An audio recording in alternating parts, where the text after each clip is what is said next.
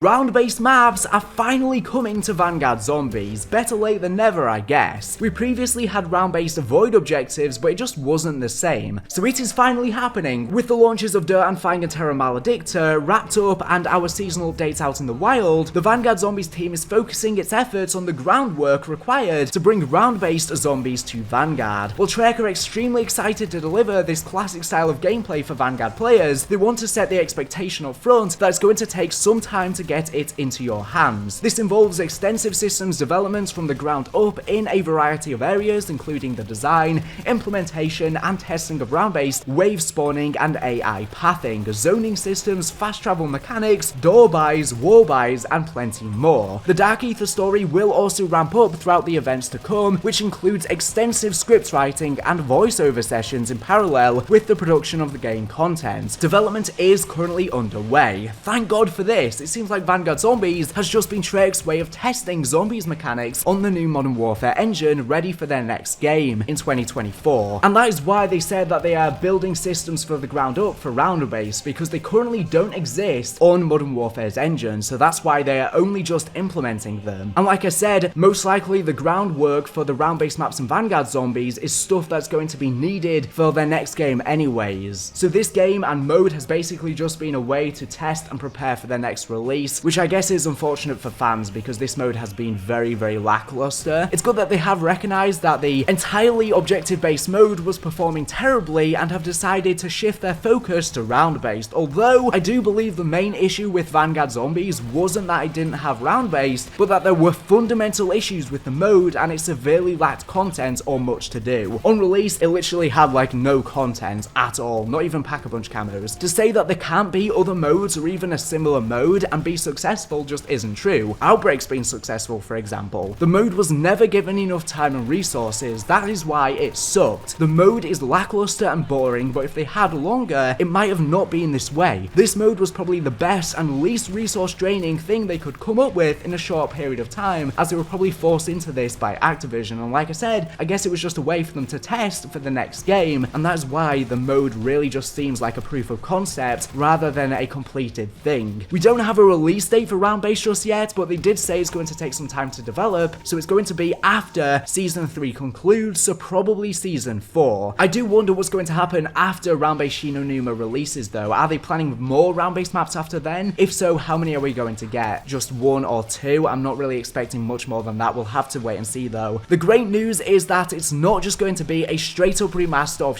Numa, but a reimagining of the full scope of the map first introduced in World at War, now called Numa Reborn, freshly enhanced with an all-new main quest and side quests, a new area to explore, a new wonder weapon quest, the classic Flogger Trap and Electroshock defenses, remastered Easter eggs, new Pack-a-Punch camos, and a new Dark Ether narrative for the map, and Treyarch can't wait to share more as we get closer to its release. I am so happy for this. Since Treyarch never initially planned to have round-based in this game, they have probably completely overhauled their narrative plans for future DLC to now be round-based, and these maps will have proper Easter eggs. They've probably had to weave around whatever they've previously had planned and completely reworked their story. Hopefully they are able to just turn any future objective maps planned into round-based maps somehow, so that content doesn't go to waste and the ideas. Even though it's just an old map returning that we can already access in Dirt and Fang, it will be extended with new areas, wonder weapons, and more, like I just said. I am really pleased by this. A straight-up remaster wouldn't have been good enough, but since they're adding a new story, quest, and more to the map, it's going to make it feel very different from the original Numa. I just don't know what they've got planned after this map though. I said in my initial constructive criticism video on Vanguard Zombies that Treyarch have no other choice but to bring round-based Numa. It was the only way to bring back fans, and they are doing exactly that. I'll be sure to have guides for everything and the storyline once the map finally releases, of course. In Season 3, Vanguard Zombies will include support for the latest Battle Pass weapons, new weapon unlock challenges, 20 new season challenges with unique calling card and XP bonus rewards, and additional bug and stability fixes for existing content. As we shift to round-based map development going forward, Sacrifice will be the final objective added to the mode. So yeah, Treyarch have just completely abandoned these objective-based modes moving forward for Vanguard. We are just going to be getting round-based maps, and from that wording there, it does sound like they have more round-based maps planned than just Numa. So I'm guessing the future maps got cancelled. They've had to rework the story. I just wonder what the other maps are going to be though, and I do wonder if the other round-based maps planned are going to be new locations. How are they going to close up the story though, because we know that Von List and Kortifex are going to be defeated, and we know that Zykov is going to consume all of the old ones at some point, including Kortifex, so he eventually becomes the Forsaken. So that's how it's going to conclude. How we will get to that point from now to then is uncertain though. Trek said that if they could wave a magic wand and allow us to play the map right now with the rest of us, they would, but in the meantime they hope this offers a clearer picture of what goes into crafting a zombies experience for the community. Numa gives us a solid canvas to build upon, and the team is pushing hard to create a truly unique chapter for the Dark Ether universe with new story elements and quests that even series veterans can discover for the first time. So it seems like the quests on these future maps are going to be difficult. They're not just going to be guided quests, they are going to be hard. And like I said, from the sounds of it, they are planning a unique, at least one unique round-based map in the future, potentially two. Of course, by the time Numa releases in Season 4, we'll only have 2 seasons left. So I'm thinking we'll probably just get one more map after Numa and then nothing more.